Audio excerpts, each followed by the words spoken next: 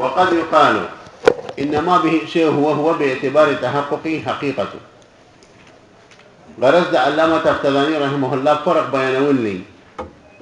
پمنځ د تحقق کې پمنځ د حقیقت او هویت او ماهیت کې وایي چې د دې دوه درېواړو په منځ کې فرق دی. وی کله چې د دې شیز د اصل په اعتبار د تحقق خارجي سره واخلي نو دې ته حقیقت وایي او په اعتبار د تشخص سره چې واخلي دې ته هویت وایي او چې دې نه قطع نظر وکړي د لا به شرط شی په درجه کې د شیز د اصل واخلي دې ته ماهیت وایي. ګوره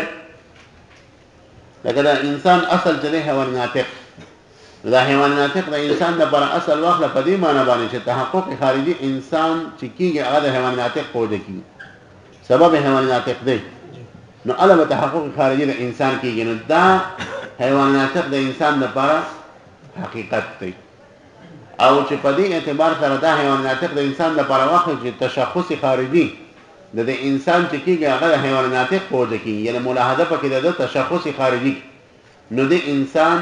دا انسان د پاره د حیوان ناطق چې دی هویت دی. څه دی؟ هویت چې د پکې تشخص خارجي ملحوظ کړي انسان وایي مونږ څه کنه او چې کله دا وایي چې د انسان د پاره اصل حیوان ناطق دی برابر خبره ده کو تحقق وی او کنه کې تشخص وی او په خارج کې کنه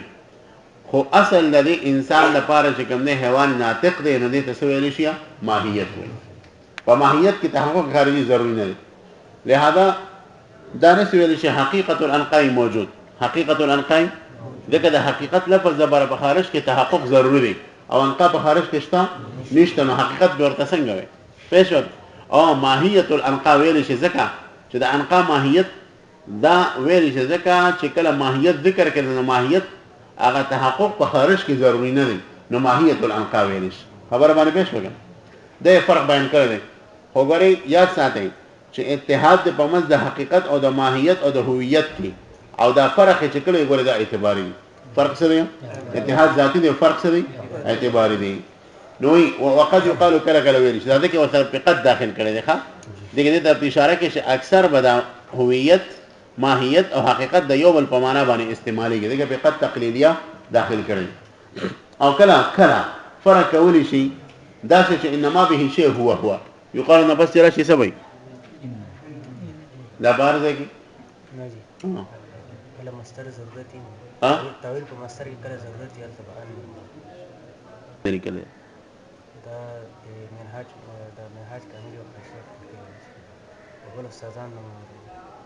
چې کله نسب مصدر کې تعویل ضرورت سره کله ذکر راشي نو الته بیا انه او دلته خو بیا انه حاضرته انه او سوای اصل دلاش دا اصل نه فرع ده اصل دلاش فقال يقولنا بس لا شيء وخ باني ولا دواي ان بي اروح كلمني ثاني بغير يا دم يا جواب راجع ګوره مولوی صاحب سره ناقل لا قاعده لیکل دا اصل نه دی خیم دا ستاسو د خبرې اصل دی پکې چلار شي چې کله قال یقول په خپل معنا استعمالي نو هغه کې بداسیه اني خو چې کله قال یقول د ظن یظن په معنا باندې استعمال شي کنه ظن یظن نو التب بیا النرازی پېښو بګنه نو کله چې دا قال نه پس سراشیا یو فعل په تعویل په مصدر کې اله د ظن په درجه کې دا قال یقول د ظن په معنا کې پېښو نو ځکه بیا انوي پېښو خلاصه دا شو چې قال یقول په خپل معنا کې مستعمل نو پس ته ان استعماله او قال يقول چې په معنا د ظن سره نو الته بیا سوي انوي اوس دا وقد يقال ودلته ترجمه دا سکی چې وقد يتكلم نو بیا خو انه وایا او دا قد يقال ترجمه دا سکی وقد يظن نو بیا بسوي انبوي. خبره باندې پېښ وکړه دا سره مې قله قاعده لیکل ده ښا چې مې قل پیژنې کنه جی سو اختیار هذه وقد يقال انما به شيء هو باعتبار تحققي او کله کله ویل شي چې هغه چې په سره د شیطه تحقق خارجي حاصلېږي یعنی دا شی د شیطه شیت ملاویږي په اعتبار د تحقق د دې سره نو دې ته ویل شي حقیقت لکه د انسان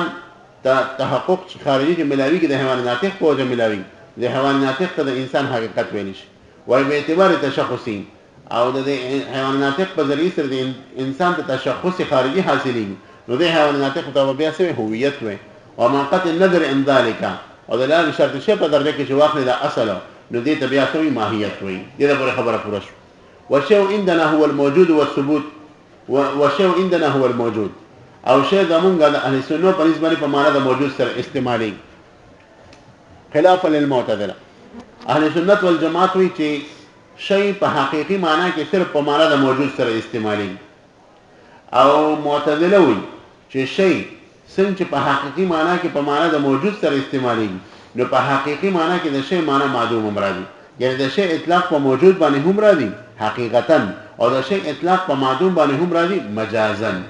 عفوا حقیقتا پېښ وي موږ وایو د شی اطلاق حقیقتا صرف په موجود باندې راځي د شی اطلاق حقیقتا په معدوم باندې ناراضي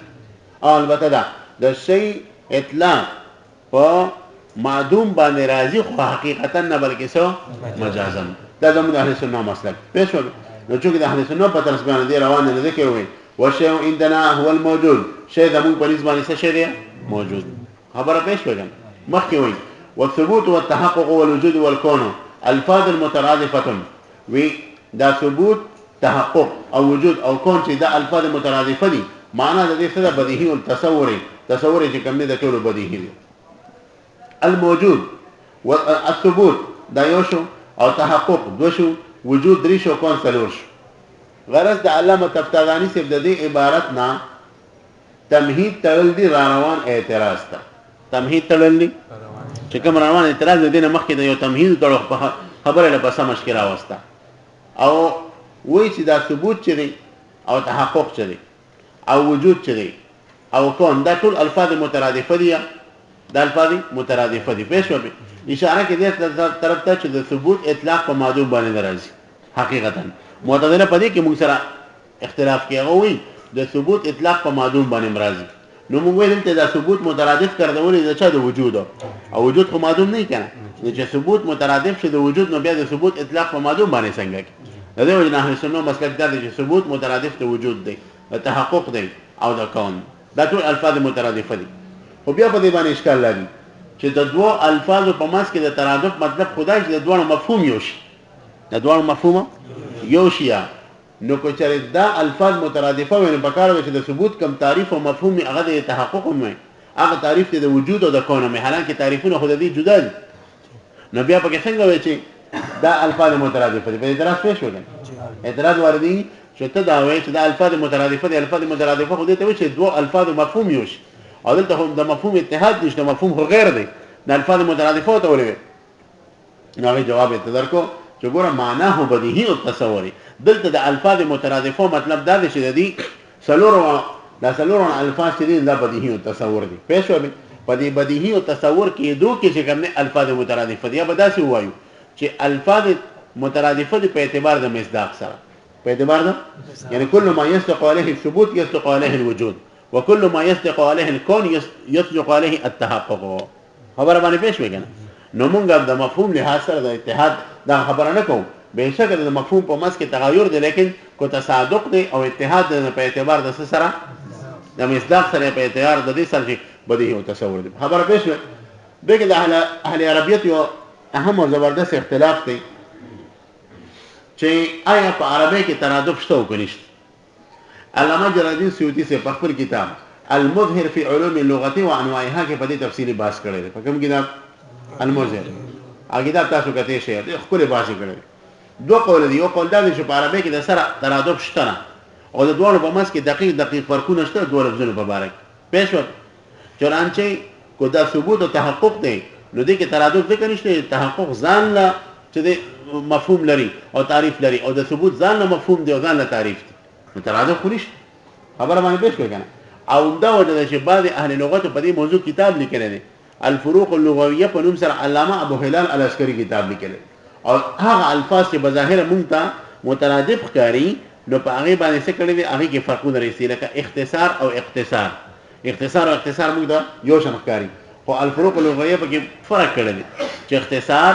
او اختصار چې دی دې کې فرق دی اختصار هغه د الفاظ هم لګي او معنی هم لګي او اختصار هغه ته چې الفاظ خو لږ خو معنی سي ډېرې نو فرق پکې راوته کنه څنګه وته مترادف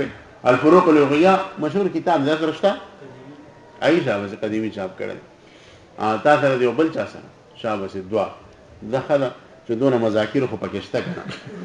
چې نساونه چې کوم امتیاز خورازي کنه چې دونه اهم کتاب یې غستله پېښ ادا نور خوانه لکه تاسو مثال خو دا غشون دی ګورئ چې الله هغه پیسې پسې لاس باندې کړ نور مخکې سره ډیش تاسو ته معلوم نه یو بیر مې تکړه دا بل کتاب وي وخت لګي ها تاسو مسله پېښ وګڼئ یو رائے ده لیکن جمهور اهل لغت وی چې نه په عربی کې دغشتا ترادف شته علامه سیوطي بیا په دلایل باندې دا ثابت کړی او بیا په مترادفات باندې کتابونه لیکلي شوی دي ترادف لپاره ضروري نه چې د دوه لفظ په مفهوم کې څه اتحادي ترادف لپاره دا کافی دی چې تصادق د دوه لفظ په یو باندې کی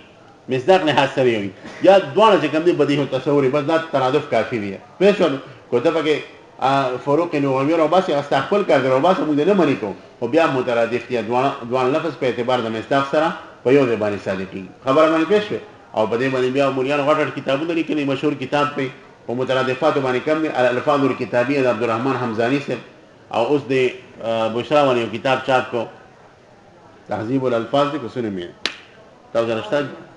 جعفر صاحب لیکي امام جعفر ابن قدامه لیکل غټ جواهر الالفاظ دا کتاب پېښل دی پس یو موږ ګرځي او موټر سټکو خو تاسو په پاکستان کې ملاوي خو نه لې پېښو دویم کتاب دی او دریم کتاب په دې باندې یو بل نه چې هغه پس د انتهایی زیات ګرځیدل او بیا د ډاک په ذریعہ سره لاهور کې د ما ملګری د یو مکتبه کې پیدا کو بیا ما ته راولېږه نزعة الرائد وشرة الوارد في المترادف والمتوارد نزعة الرائد وشرة الوارد في المترادف والمتوارد او دا کتاب بریلیانو چاپ د لاهور اوس بار مکتبه کې شته څه دا سره